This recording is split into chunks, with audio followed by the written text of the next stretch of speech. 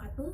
Perkenalkan, saya Sylvia Adimiharta dari kelas 2C dengan NIM 11920600097. Pada kesempatan kali ini saya akan mempresentasikan atau lebih jelasnya memaparkan hasil mini flip chart buatan saya yang mengambil salah satu tema dari biologi, yaitu Kingdom Plantae atau kerajaan tumbuhan, dan gambarnya kurang lebih seperti ini.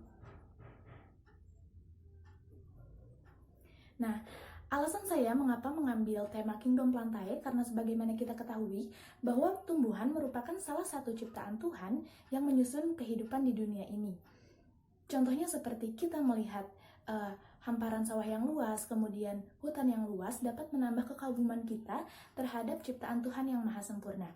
Nah, untuk beberapa menit ke depan, saya akan membahas tentang dunia tumbuhan, baik itu klasifikasinya, ciri-ciri, kemudian manfaat untuk kehidupan kita sehari-hari. Selamat menyaksikan. Oke, untuk pembahasan yang pertama, tepatnya di slide pertama, saya membuat semacam mind map atau sejenis peta konsep. Gambarnya kurang lebih seperti ini, bisa disimak.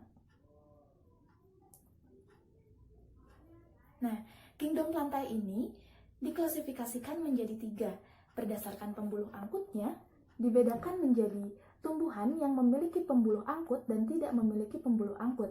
Yang tidak memiliki pembuluh angkut itu dibedakan menjadi Bryophyta atau yang sering kita kenal dengan tumbuhan lumut. Nah, tumbuhan lumut ini diklasifikasikan menjadi 3.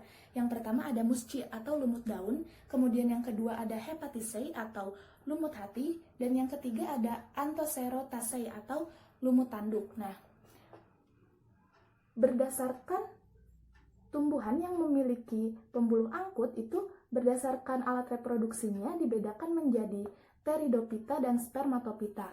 Nah, Pteridophyta ini sering kita kenal dengan tumbuhan paku. Tumbuhan paku ini diklasifikasikan menjadi 4. Yang pertama ada Psilopotinae atau tumbuhan paku purba. Kemudian yang kedua ada Equisetae atau tumbuhan paku ekor kuda.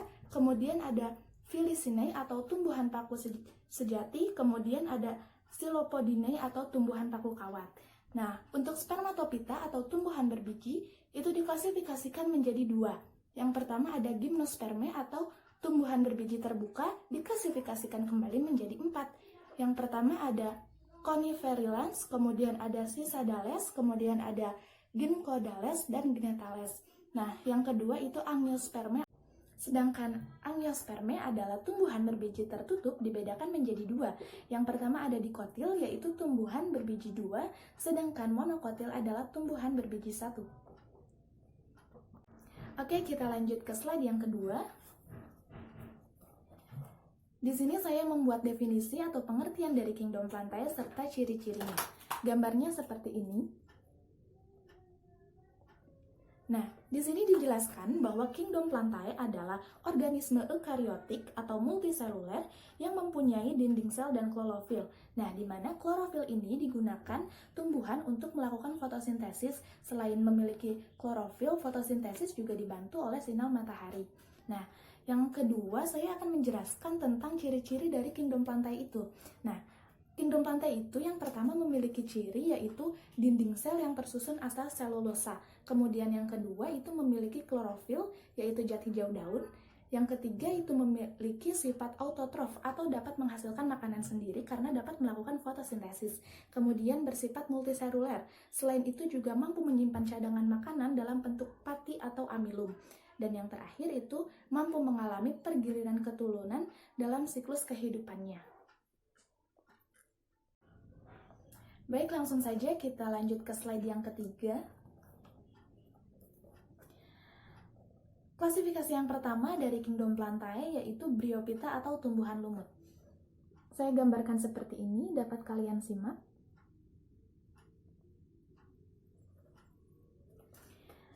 Nah, di pegunungan atau di tempat yang lembab, kita sering menemukan tumbuhan yang berwarna hijau, kemudian hidupnya menempel seperti di tembok-tembok sumur. Nah, tumbuhan tersebut merupakan Bryophyta atau tumbuhan lumut.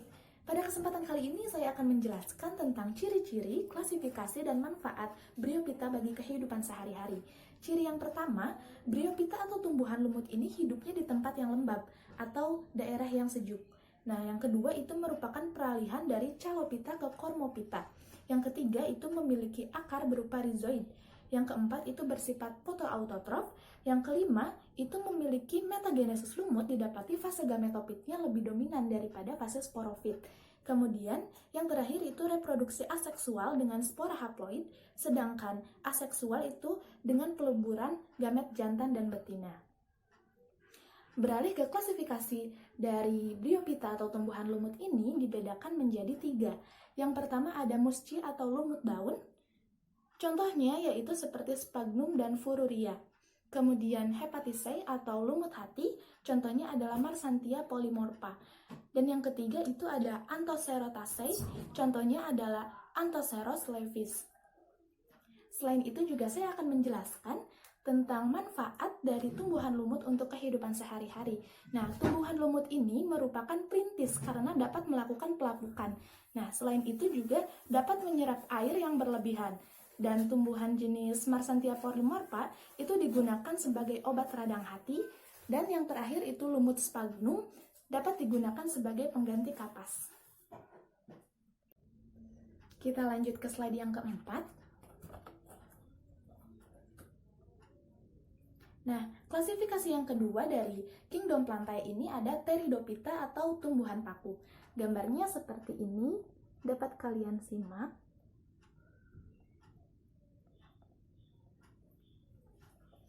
Di mana Pteridophyta atau tumbuhan paku ini sama halnya dengan lumut, hidupnya di tempat yang lembab. Saya akan menjelaskan tentang ciri-ciri, klasifikasi, kemudian manfaat atau kegunaannya untuk kehidupan sehari-hari. Ciri-ciri dari tumbuhan paku atau Pteridophyta ini yang pertama yaitu sudah memiliki akar, batang, dan daun yang sejati.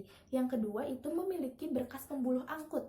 Nah, berkas pembuluh angkut tersebut terdiri dari xilem dan phloem. Kemudian daun mudanya bersisik dan dapat menggulung. Nah, pada metagenesis tumbuhan paku ini, fase sporofitnya lebih dominan daripada fase gametofit. Nah, kemudian ciri yang terakhir itu memiliki klorofil atau zat hijau daun dan hidupnya itu fotoautotrof. Klasifikasi dari Pteridophyta ini dibedakan menjadi 4. Yang pertama itu ada Silopotinae atau tumbuhan paku purba.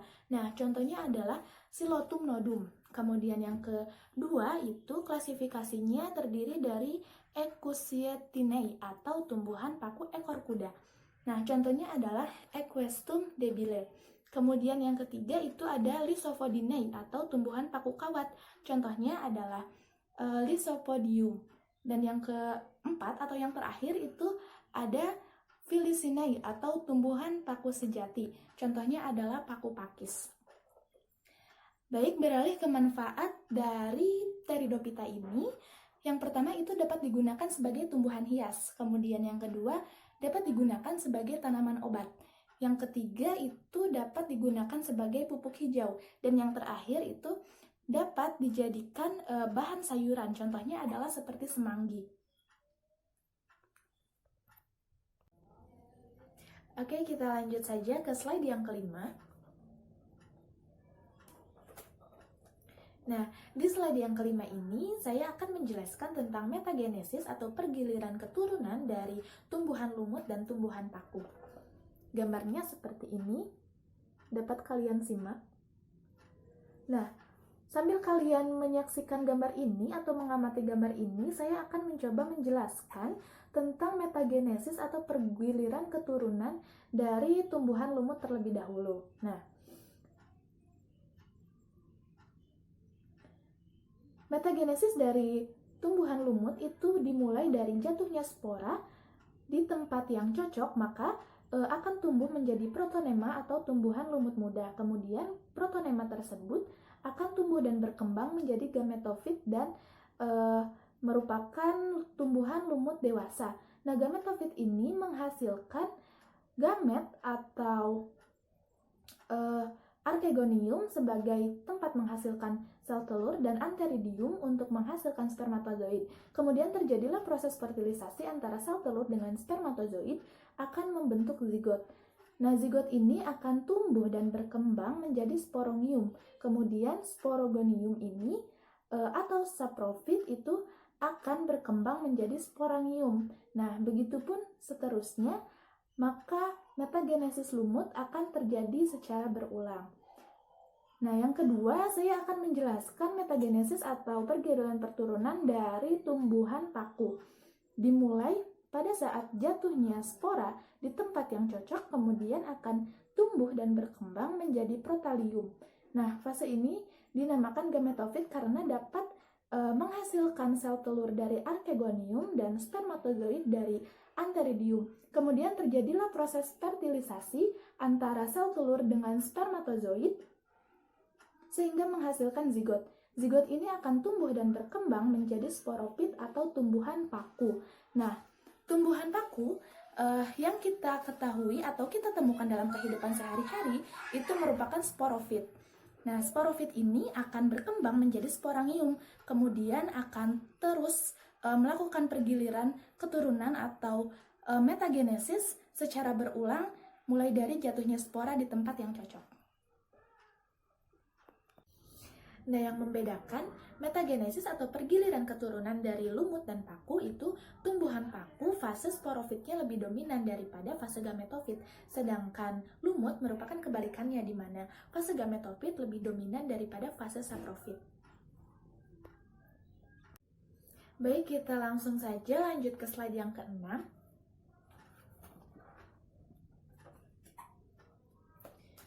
Klasifikasi yang ketiga dari Kingdom Plantae atau kerajaan tumbuhan yaitu spermatopita atau tumbuhan berbiji. Saya gambarkan seperti ini, dapat kalian simak.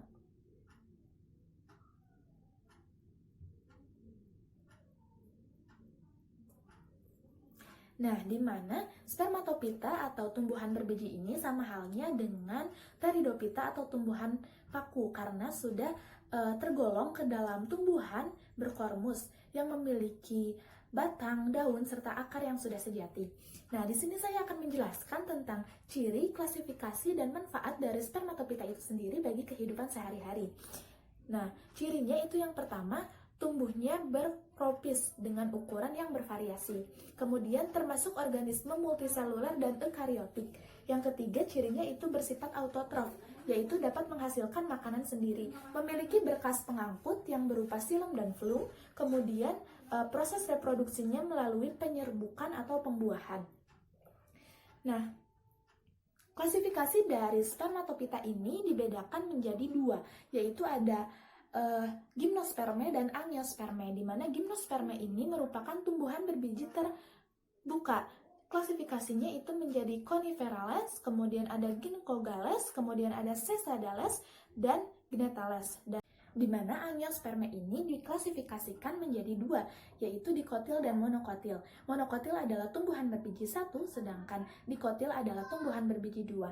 Nah, beralih pada manfaat dari spermatopita itu sendiri bagi kehidupan sehari-hari, yaitu dapat digunakan sebagai makanan pokok. Karena contoh dari spermatopita ini contohnya seperti padi-padian. Kemudian dapat dijadikan sebagai sayuran. Selain itu juga dapat dijadikan sebagai bahan pakaian dan dapat juga dijadikan sebagai bahan bangunan, kemudian dapat dijadikan seperti obat-obatan. Selain itu juga dapat digunakan sebagai bahan untuk pembuatan kosmetik. Baik, kita langsung saja beralih pada slide yang ke-7. Nah, saya rasa materi yang sudah saya sampaikan tadi cukup, dan pada slide ke-7 ini saya akan menjelaskan tentang profil penulis atau tepatnya diri saya sendiri. Di sini saya membuat semacam biografi singkat tentang perjalanan kehidupan saya. Gambarnya seperti ini. Dapat kalian simak.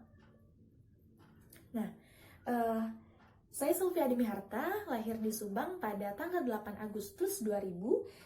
Saya dilahirkan dari kedua orang tua yang berprofesi sebagai pembisnis, kemudian saya merupakan anak tunggal.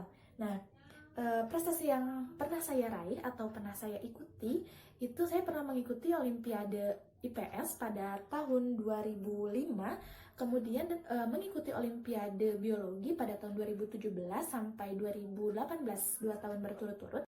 Kemudian saya juga pernah mengikuti lomba cerdas cermat sepulau Jawa pada tahun 2018 dan saya juga merupakan mojang lingkungan hidup dari SMA Negeri 1 Purwadadi pada tahun 2018. Baik, langsung saja kita lanjut ke slide yang terakhir. Di sini saya melampirkan tentang deskripsi kerja dan referensi materi. Gambarnya seperti ini, dapat kalian simak. Nah, di mana pada deskripsi kerja ini saya melampirkan tentang alat dan bahan yang saya perlukan untuk pembuatan mini flipchart ini. Terdiri dari karton, kemudian ada spidol, ada juga pensil warna, pensil dan penghapus, selain itu juga ada kalender. Nah, selain itu juga di sini saya lampirkan gambar tentang sketsa pembuatan mini flipchart dan gambar yang sudah diwarnai.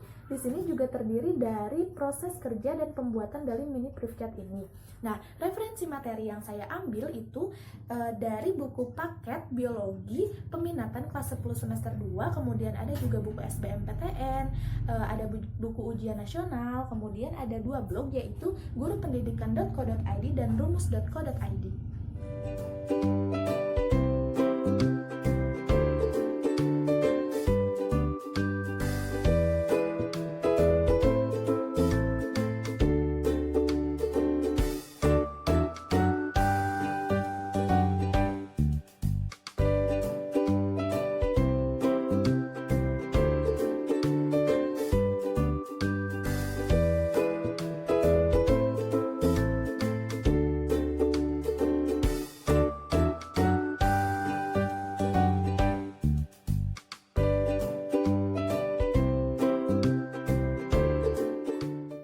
Oke, mungkin cukup sekian materi yang dapat saya sampaikan tentang Kingdom Plantae atau kerajaan tumbuhan, sehingga dapat disimpulkan bahwa Kingdom Plantae ini diklasifikasikan menjadi 3, yaitu ada Pteridophyta tumbuhan paku, kemudian tumbuhan lumut atau Bryophyta, dan Spermatophyta atau tumbuhan berbiji, berdasarkan ciri-ciri, klasifikasi, dan manfaatnya untuk kehidupan sehari-hari. Nah, semoga video ini dapat memberikan manfaat bagi kita semua. Kemudian terima kasih sudah menonton dan menyaksikan atau menyimak video ini dari awal sampai akhir sebagai pemenuhan dari tugas media dan TIK pendidikan. Kurang lebihnya mohon dimaafkan. Terima kasih juga kepada Ibu Sri Marianti MPD selaku dosen pengampu dari mata kuliah media dan TIK pendidikan ini. Semoga dapat bermanfaat. Sekian dari saya. Wassalamualaikum warahmatullahi wabarakatuh.